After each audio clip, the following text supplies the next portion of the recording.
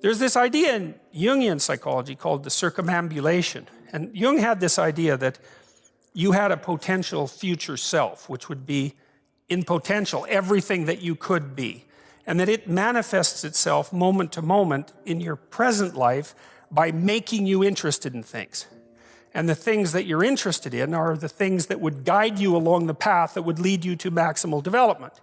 Now, it sounds like a metaphysical idea or a mystical idea even, but it's not. It's not. It's a really profoundly biological idea. The idea is something like, well, you're set up so that you're automatically interested in those things that would fully expand you as a well-adapted creature. Well, like, there's nothing radical about that idea. What else could possibly be the case? Unless there's something fundamentally flawed about you, that is what the situation would be. It's kind of interesting to think about how that would be manifest moment to moment, but the idea is something like, well, your interest is captured by those things that lead you down the path of development. Well, that better be the case. Okay, so that's fine. And so there's some utility in pursuing those things that you're interested in. That's the call to adventure, let's say. So, and the call to adventure takes you all sorts of places. Now, the problem with the call to adventure is, like, what the hell do you know? You might be interested in things that are kind of warped and bent. And often it's the case that when new parts of people manifest themselves and grip their interests, say, they do it very badly and shoddily. And so you stumble around like an idiot when you try to do something new. That's why the fool is the precursor to the savior from the symbolic perspectives, because you have to be a fool before you can be a master. And if you're not willing to be a fool, then you can't be a master. So you're gonna, it's an error-ridden process. And that's also laid out in the Old Testament stories, because the first thing that happens to all these patriarchal figures when God kicks them out of their father's house when they're like 84 is that they run into all sorts of trouble, and some of it's social and some of it's natural and some of it's a consequence of their own moral inadequacy.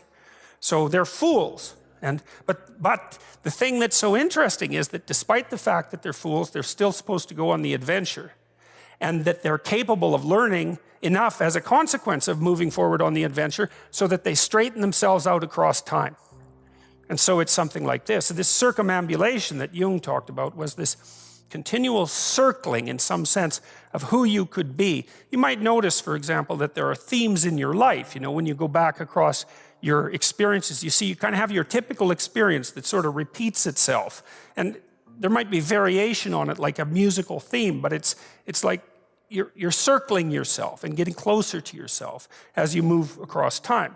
That's the circumambulation. Now, you remember that for a sec, because we'll go back to it. Okay, so imagine that something glimmers before you. It's an interest that's dawning, and you decide, well, first of all, you're paralyzed. You think, well, how do I know if I should pursue that? It's probably a stupid idea. And the proper response to that is, you're right, it probably is a stupid idea, because almost all ideas are stupid. And so the probability that as you move forward on your adventure that you're going to get it right the first time is zero. It's just not going to happen. And so then you might think, well, maybe I'll just wait around until I get the right idea, and which people do, right? So they're like 40-year-old, 13-year-olds, which is not a good idea. And so they wait around until it's waiting for Godot, until they finally got it right. But the problem is you're too stupid to know when you've got it right. So waiting around isn't going to help, because even if the perfect opportunity manifested itself to you in your incomplete form, the probability that you would recognize it as the perfect opportunity is zero. You might even think it's the worst possible idea that you've ever heard of anywhere. Highly likely, highly likely. So Nietzsche called that a will to stupidity, which I really liked, because he thought of stupidity as being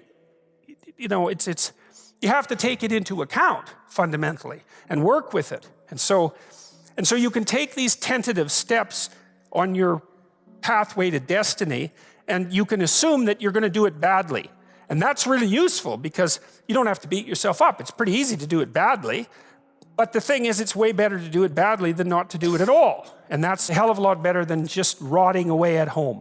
So that's good. And so why is that? Well, okay, so you start your path and you think that you're heading, towards your star.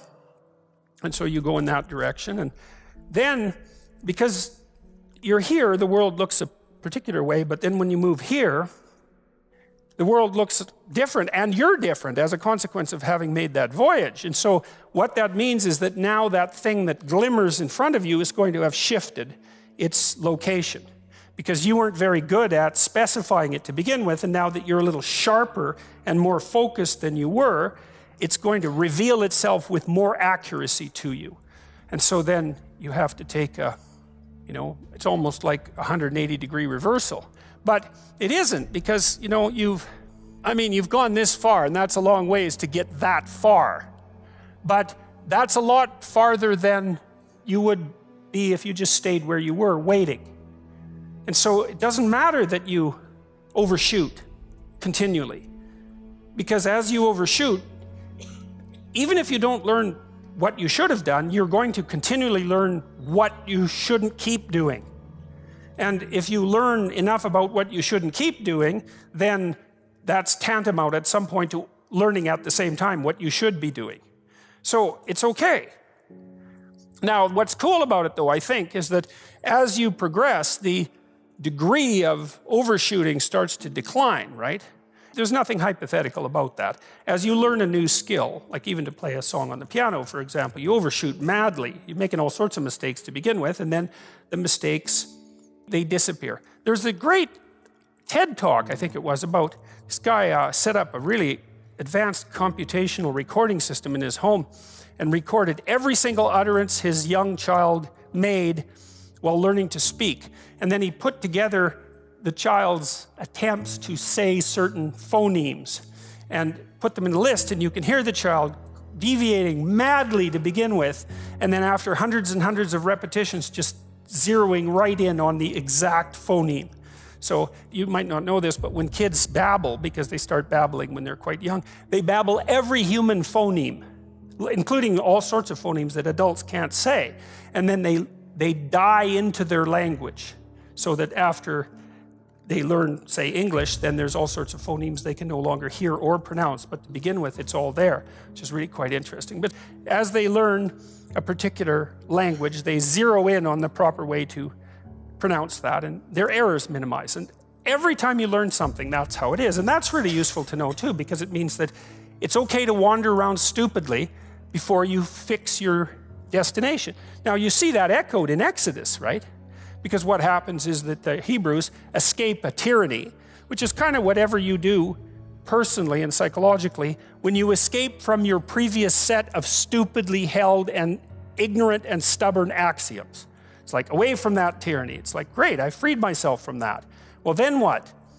Well, you'd think, well, now I'm on the way. It's, no, you're not. Now you're in the desert, where you wander around stupidly, and worship the wrong things until you finally organize yourself morally again and head in the proper direction. So that's worth knowing, too, because you think, well, I got rid of a lot of things, baggage, excess baggage that I didn't need in my life, and now everything's okay. It's like, no, it's not. You've got rid of a whole set of scaffolds that were keeping you in place, even though they were pathological. And now you have nothing, and nothing actually turns out to be better than something pathological, but you're still stuck with the problem of nothing.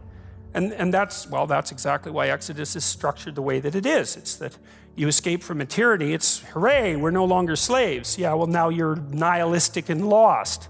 It's not necessarily an improvement. It's also useful to know that, because you can also be deluded into the idea that, imagine that you're trying to become enlightened, which might mean to turn all those parts of you on that could be turned on. You think, well, that's just a linear pathway uphill. It's just from one success to another. No, it's not. It's like, here you are, and you're not doing too badly, and the first step is a complete bloody catastrophe. It's worse. And then maybe you can pull yourself together, and you hit a new plateau, and then that crumbles and shakes, and bang, it's worse again. And so, because part of the reason that people don't become enlightened is because it's punctuated by intermittent deserts, essentially, by intermittent catastrophes.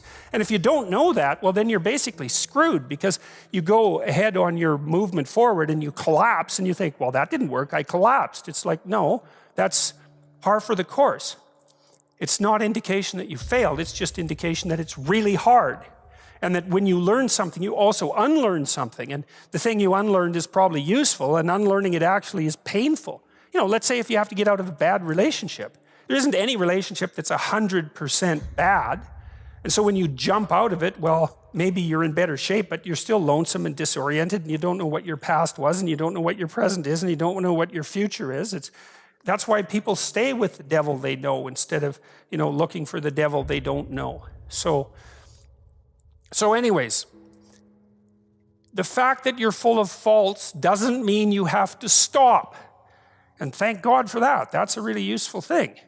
And the fact that you're full of faults doesn't mean that you can't learn. And so you can posit an ideal, and you're going to be wrong about it, but it doesn't matter, because what you're right about is positing the ideal and moving towards it. If the actual ideal isn't conceptualized perfectly, well, first, surprise, surprise, because what are you going to do that's perfect? So it doesn't matter that it's imperfect. It just matters that you do it and that you move forward. So that's really positive news as far as I'm concerned, because you can actually do that, right? You can do it badly. Anyone can do that. So that's useful.